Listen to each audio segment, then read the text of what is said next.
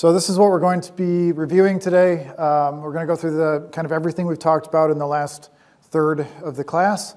So that includes heat exchangers, effectiveness NTU, solutions for heat exchangers. We'll go through black body problems, radiation exchange, characteristics of real surfaces, and then diffuse gray surface radiation exchange, or the radiosity method, we'll call it. Okay, so starting with heat exchangers. These are like the top level, most important things that you want to remember.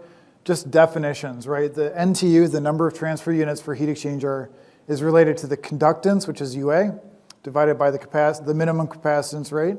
UA is related to the total resistance. So when you're solving a heat exchanger problem, if you're given UA, right, that means you're given some characteristic about how easy it is for heat to flow from one fluid stream to the other fluid stream.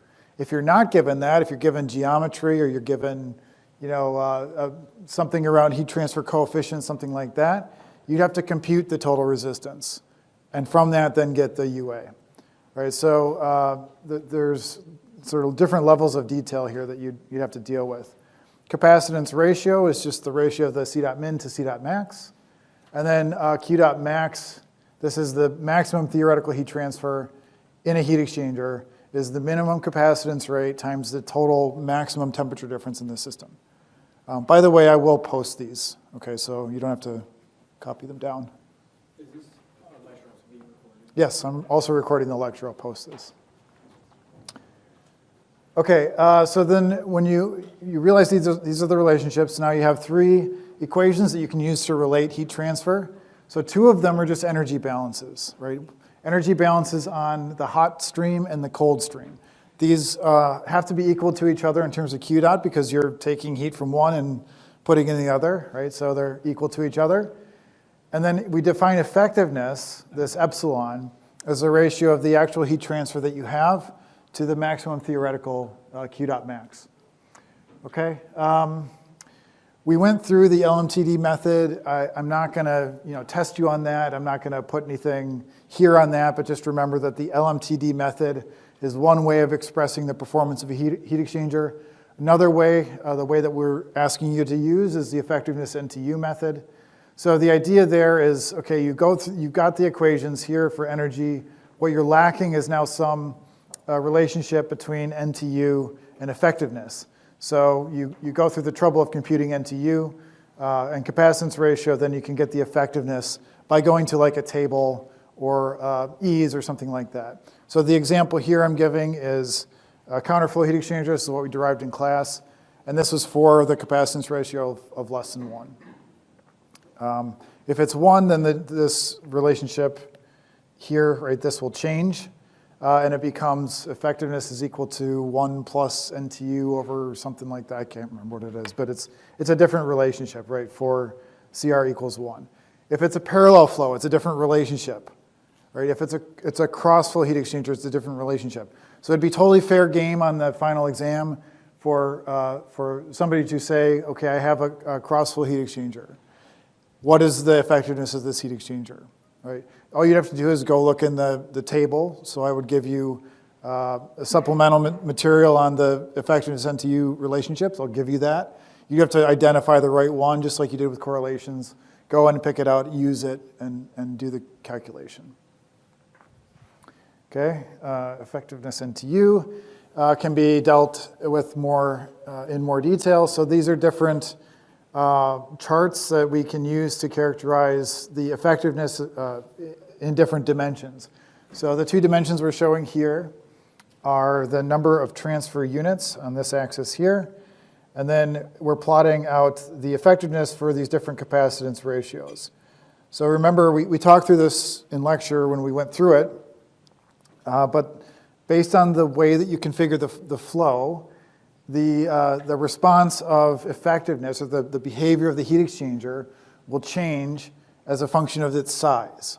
Okay, so remember again, NTU is a non-dimensional representation of both the physical size of the heat exchanger and the amount of area as it relates to the amount of flow, right? So the larger the NTU in this direction, the more effective you would expect your heat exchanger to be, like the more heat can transfer given the flows that you have. So what we're looking at here is, right, for a counterflow, you can keep going in this direction. You make it longer and longer, and the capacitance ratio these will eventually all converge up to the limit of 1. But it takes a very large heat exchanger for a capacitance ratio of, let's say, 1, right, where they're very well matched.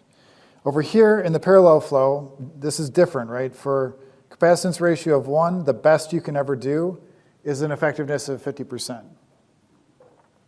Okay? A little bit more on this. So in the limit, that capacitance ratio goes to 0. So remember what capacitance ratio is. It's the ratio of the minimum capacitance to the maximum. So it's sort of like how much heat one fluid stream can take relative to the other fluid. In the limit that goes to 0, that means one capacity rate is much higher than the other. What you end up with is this kind of behavior that's shown here. So again, what we're plotting here is like the temperature profile is a function of position x.